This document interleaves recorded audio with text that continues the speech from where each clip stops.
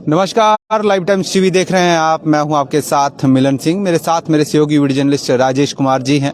14वीं विधानसभा के शीतकालीन सत्र का आज दूसरा दिन है और आज इस 14वीं विधानसभा को स्थायी स्पीकर कुलदीप पठानिया मिल गए हैं और इसी कड़ी में हमारे साथ बातचीत के लिए भाजपा के पूर्व प्रदेश अध्यक्ष और ऊना से विधायक सतपाल सिंह सत्ती हमारे साथ हैं। सर, स्वागत है लाइव टाइम्स टीवी पर। धन्यवाद जी।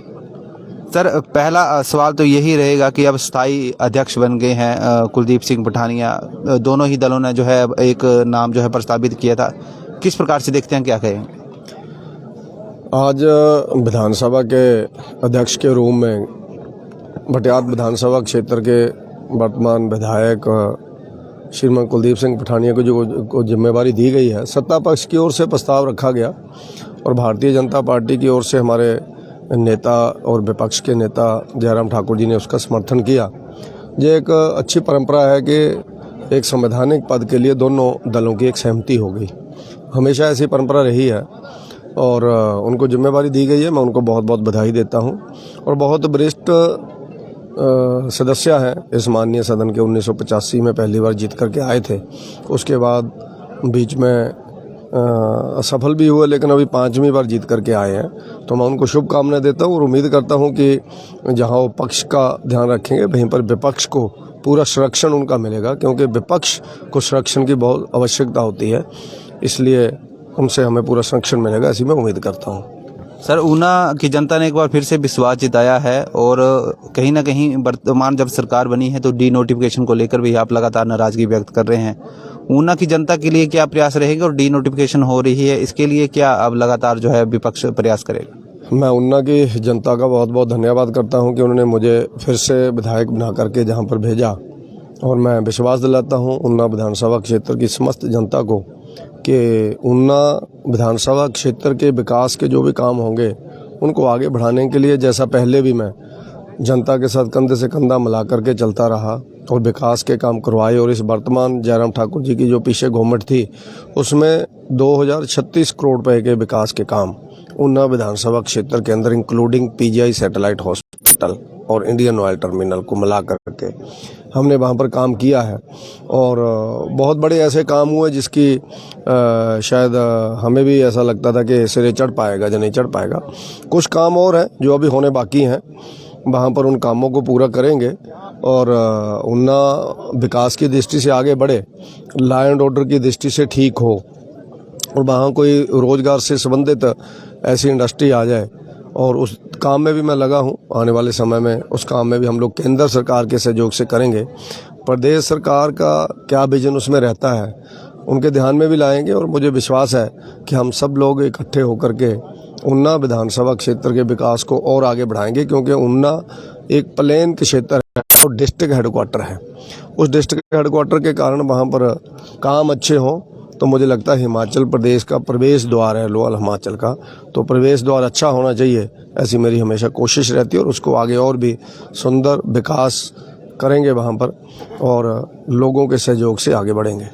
सर, अगर हाल ही की बात की जाए तो केंद्र सरकार द्वारा 2 बड़े प्रोजेक्ट दिए गए हैं, एक जो बल्क ड्रग पार्क का है और दूसरा अगर बात की जाए जो कल जो है बाकायदा एक प्रेस कॉन्फ्रेंस हुई कि सतलुज नदी पर जो है विद्युत योजना को लेकर एक बांध बनेगा, किस प्रकार से देखते हैं?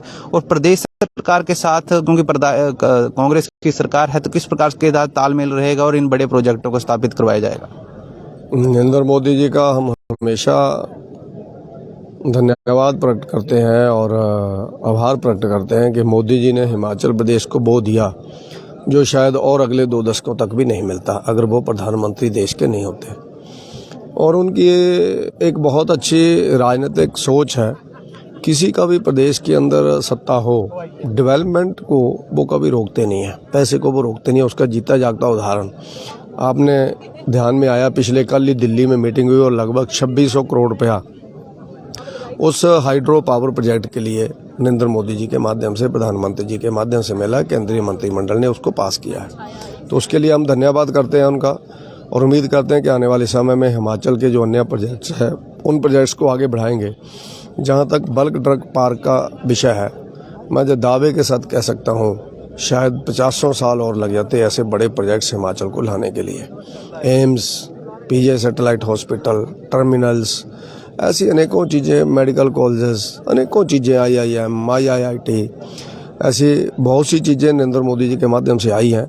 और हिमाचल भी आज बड़े प्रदेशों को पछाड़ते हुए एक अपनी ऐसी छवि बना रहा है जो विकास की दृष्टि से बाकी प्रदेशों से छोटा होने के बावजूद भी उनसे आगे है। उसमें पूरा अगर श्रेय किसी को जाता तो वो केंद्र सरकार, भारतीय जनता पार्टी, नरेंद्र मोदी जी के नेतृत्व में जो चल रही है उसको जाता है। और पिछले 5 वर्षों तक जो हमारे मुख्यमंत्री जयराम ठाकुर जी ने काम किए, इनको श्रेय जाता है। अब अगले 5 साल कांग्रेस के हैं, अब देखते हैं कांग्रेस के लोग क्या करते हैं। उनके लिए भी एक चुनौती है कि क्या वो इतना काम कर पाएंगे जितना जयराम ठाकुर जी ने कोरोना काल होने के बावजूद किया। 2 वर्ष हमारे उसमें ख़राब हुए। अगर कहा जाए तो पिछली गवर्नमेंट 3 साल की गवर्नमेंट थी, 2 वर्ष तो हमारे ख़राब हुए। फिर भी हम दावे के साथ कह सकते हैं कि कांग्रेस सरकारों के अनेकों का अगर कंपैरिजन करेंगे तो भारतीय जनता पार्टी का पिछले 5 वर्षों का कार्यकाल उनके ऊपर ज़्यादा भारी पड़ेगा।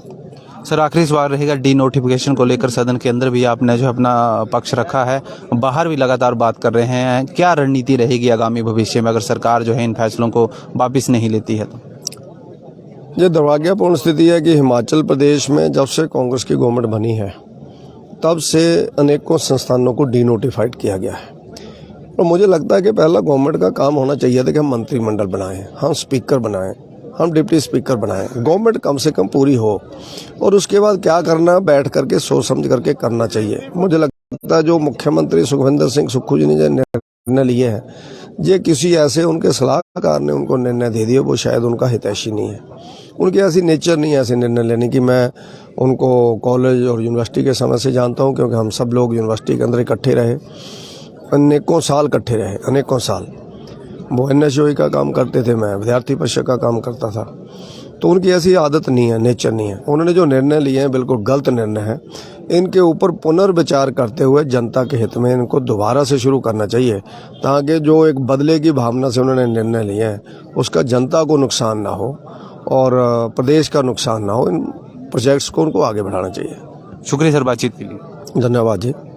तो भाजपा के पूर्व प्रदेश अध्यक्ष और ऊना से वर्तमान विधायक सतपाल सिंह सत्ती ने हमसे खास बातचीत की है। साफ तौर से कहा है कि अगर बात की जाए डी नोटिफिकेशन की तो सरकार को इस पर जो है जरूर एक बार आत्मचिंतन करना चाहिए। और दूसरी बड़ी बात इन्होंने ये कही है कि ऊना विधानसभा क्षेत्र में जो है विकास को लेकर जो है पिछली सरकार ने बेहतरीन कार्य किया है। केंद्र सरकार और कांग्रेस की सरकार पर पूर्ण विश्वास है कि यहाँ पर भी जो है विकास को लेकर कोई बाधा या रोड़ा नहीं अटकाएगी। फिलहाल इस लाइव स्ट्रीम में इतना ही। स्ट्रीम को ज़्यादा से ज़्यादा शेयर करें और लाइव टाइम्स टीवी के पेज को फॉलो करना न भूलें। नमस्कार।